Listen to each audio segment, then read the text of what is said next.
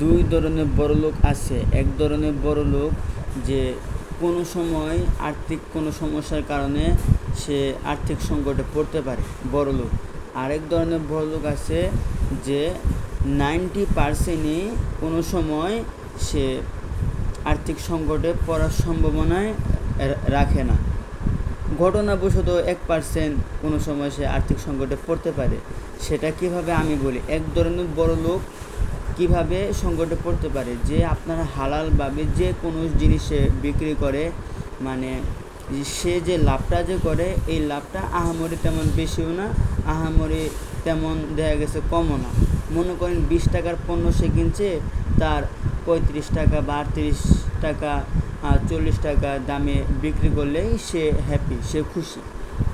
এরকম দামে সে জিনিসটা বিক্রি করে, তার জিনিসটা যেন সবাই যেন কিনতে পারে। সে তার মন এত বড়। একজন ব্যবসায়ী, একজন বড় লোক, তার পণ্যটা সে অল্প দামে বিক্রি করে, মোটামুটি লাভ করে, বেশি লাভ করে না। আপনার আমার মতো সাধারণ পাবলিক মানুষ কিনতে পারবে, আর বড় লোক মানুষ তো কিনতে পারবে। তো এরকম সৎ মানুষের শত্রু থাকে প্রথমত। এই কারণে শত্রু যেহেতু থাকে, এই শত্রুগুলা তার কোনো সময় ক্ষতি করার চেষ্টা করবে। সেই জন্য ওই মানুষটা আর্থিক সংকটে পড়ার সম্ভাবনা থাকে। আরেক ধরনের বড় লোক, সেটা হচ্ছে আপনার কিসের জন্য সে কোনো সময় বিপদে পড়বে না। সে মনে করেন 30 টাকার পণ্য তার 40 টাকা বিক্রি করলে হয়, কথার কথা, কিন্তু সে অতিরিক্ত বেশি দামে বিক্রি করতেছে, ডাবলের উপরে লাভ করতেছে। এটা হচ্ছে প্রথমত কারণ। আর দ্বিতীয় কারণ হচ্ছে যে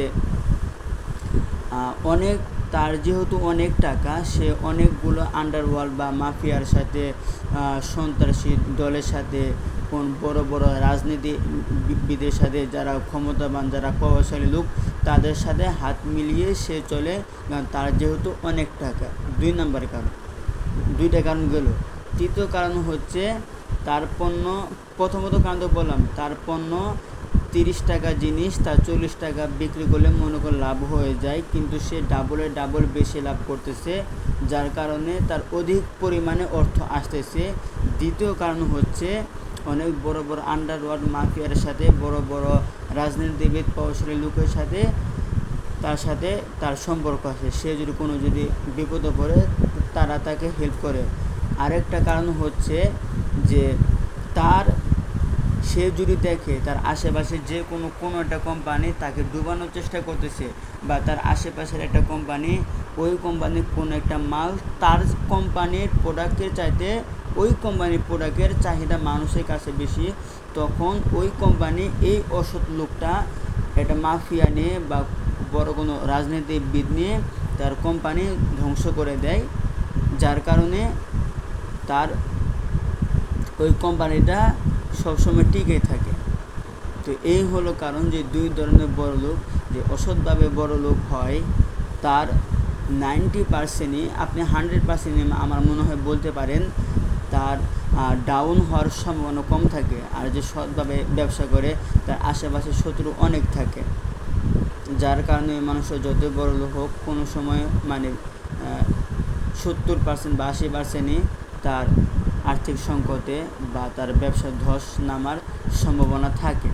যেহেতু আমাদের দিন দিন যত অগ্রসর হচ্ছে, তত আমাদের অপরাধের প্রবণতা বাড়তেছে। আমরা এটা কোনো কমার সম্ভাবনা দেখতেছি না।